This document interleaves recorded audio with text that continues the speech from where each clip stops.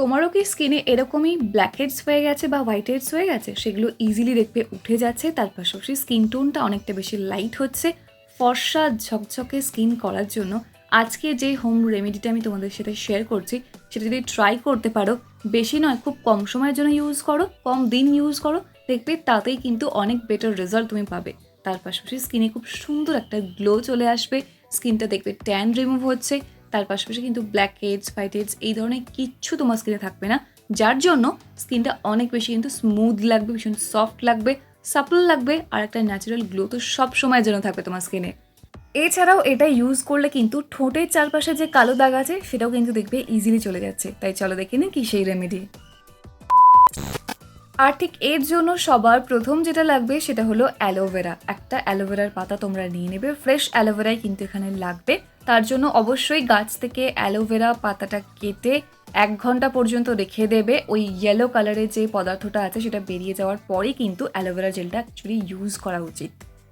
আর তোমরা অনেকেই বলো যে অ্যালোভেরা তোমাদের স্কিনে একদমই স্যুট করে না, সেক্ষেত্রে কিন্তু তোমরা এই অ্যালোভেরার পরিবর্তে শসাও ব্যবহার করতে পারো। এক টুকরো শসাকে কেটে নিয়ে তোমরা তার মধ্যেও এই রেমেডিটা করতে পারো। ওকে, এবার দেখো অ্যালোভেরাটাকে ভালো করে এবার পিস করে কেটে নেবে মাঝখান থেকে, একদম অল্প এটুকু নিলেই কিন্তু হবে। তো একটা পিস আমাদের আপাতত এখন কাজে লাগবে, নেক্সটটা আবার নেক্সট টাইমে কিন্তু কাজে লাগবে, তাই একদম যেন ফেলে দিও না অন্যটা। দিয়ে ওই দেখো ভালো করে মাঝখানটা এভাবে ছুরি বা কিছু একটা কাঁটা চামচে করে চিড়ে নাও, ঠিক আছে? তারপরে এর মধ্যে এক এক করে অ্যাড করো। প্রথমে অ্যাড করে নাও কমলা লেবুর খোসার গুঁড়ো, একদম পরিমাণে কম নিও, যদি একান্তই বাড়িতে না থাকে তাহলে কিন্তু ভিডিও ডেসক্রিপশন বক্সের লিঙ্ক দেওয়া আছে, তোমরা চাইলে সেখান থেকেও কিন্তু পারচেস করতে পারো। তাই অবশ্যই কমলা লেবুর খোসাটা এখানে ইউজ করতে যেন একদম ভুলো না, তাহলে কিন্তু ভীষণ ভালো রেজাল্ট পাবে দেখবে।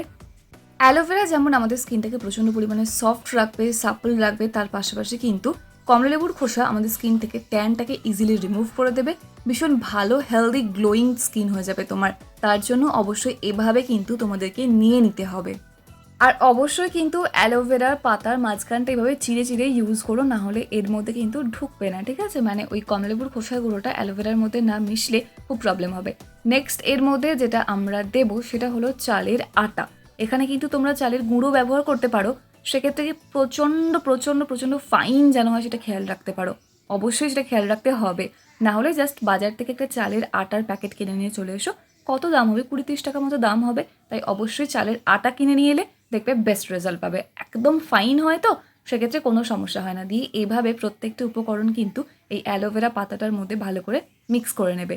ভালো করে মিক্স তো হবে না, বাট কোনো ব্যাপার না, মোটামুটি একটা মিক্স করে নিলে কিন্তু রেডি হয়ে যাবে আমাদের সুপার ডুপার অ্যালোভেরা স্ক্রাব। আর এই চালের গুঁড়োটা যেমন ব্ল্যাক হেডস হোয়াইট হেডসকে রিমুভ করতে সাহায্য করবে, তার পাশাপাশি স্কিনে একটা খুব সুন্দর গ্লো আনবে, স্কিন হোয়াইটেনিংয়ে কাজ করবে। যার জন্য কিন্তু চালের গুঁড়ো আর কমলালেবুর খোসা দুটোই আমি এখানে ইউজ করেছি ভীষণ ভালো রেজাল্ট পাওয়ার জন্য। আর যেহেতু অ্যালোভেরা জেলের মধ্যে এই প্রসিডিওরটা আমরা করছি, শশার মধ্যেও কিন্তু তোমরা করতে পারো, কোনো সমস্যা নেই সেক্ষেত্রে। তাহলে দেখবে স্কিনটা অনেক বেশি হাইড্রেটেড থাকবে, স্ক্রাবিং করার পরও কিন্তু স্কিনটা একদম রাফ হয়ে যাবে না, স্কিনটা ভীষণ একটা ময়শ্চারাইজড থাকবে। এরপর ভালো করে ফেসের মধ্যে অ্যাপ্লাই করে নাও, এভাবে করে রাব করতে থাকো। যখনই দেখবে একটুখানি অ্যালোভেরা জেলটার পরিমাণ কমে আসছে, তখনই কিন্তু মাঝখান থেকে আরও একবার জাস্ট নিজের আঙুলে করে মানে নখে করে একটুখানি চিড়ে নেবে, তাহলেই হয়ে যাবে। বারবার ছুরিতে করে এভাবে এরকম কাট করার কোনো প্রয়োজনই পড়বে না। একদম বেশি প্রেশার ক্রিয়েট কিন্তু করবে না, লাইটভাবে প্রেশার ক্রিয়েট করবে, খুব একটা জোরে জোরে ঘষাঘষি একদমই করবে না, তাতে করে তোমার স্কিনটা আরও বেশি ড্যামেজ হয়ে যাবে। দেখো এইভাবে করে ভালো করে আরও একবার রাব করবে।